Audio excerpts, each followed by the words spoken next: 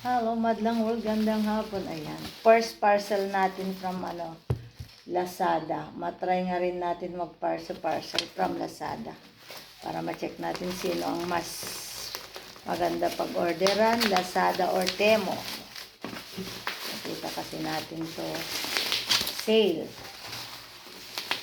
Nag-order tayo ng electric kettle ni Kulot. Kasi may electric kettle ang kuya at ate niya, pero siya wala. Kaya nag-order din tayo para sa kanya.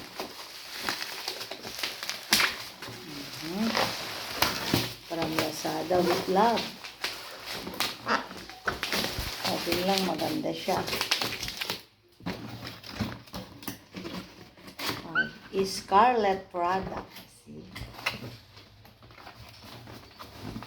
Pinakabarbaran ito.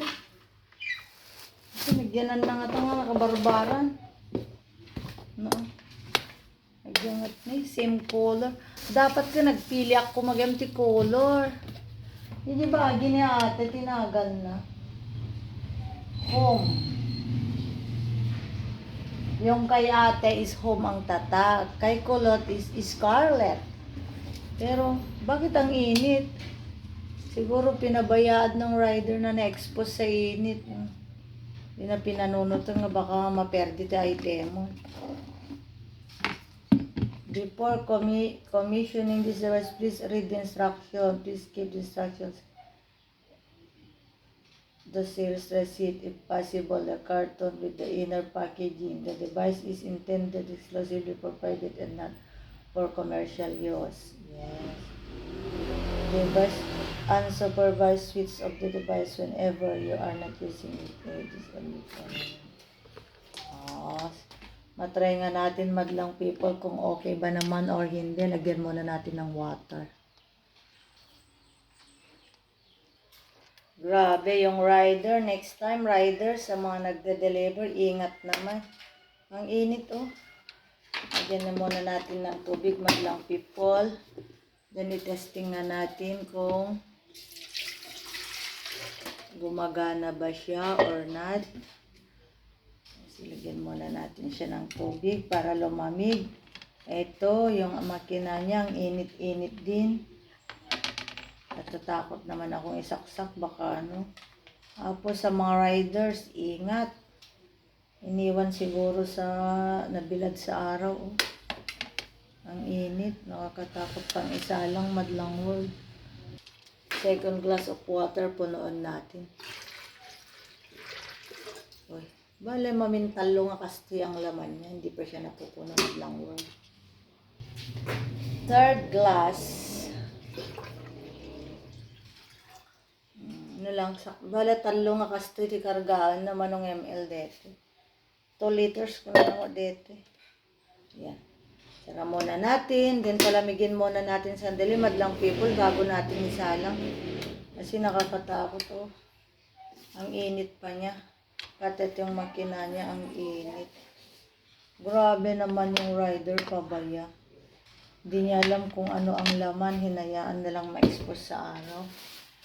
Tago natin to niya, baka may diferensya, may balik natin sakal. Pero sana naman hindi, madlang world. First time to order in Lazada. Yan, ready na natin. Bumaba na yung init niya, ayan na natin.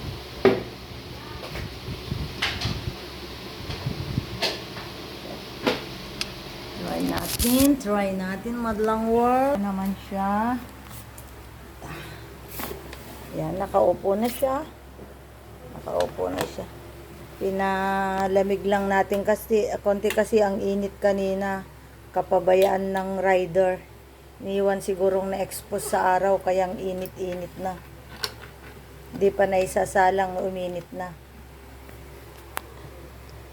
Sa mga riders, if so happen na may rider na nanonood ngayon sa video ko, be careful sa mga parcel na dinedeliver ninyo. Hindi nyo kilala, hindi nyo alam kung ano ang laman.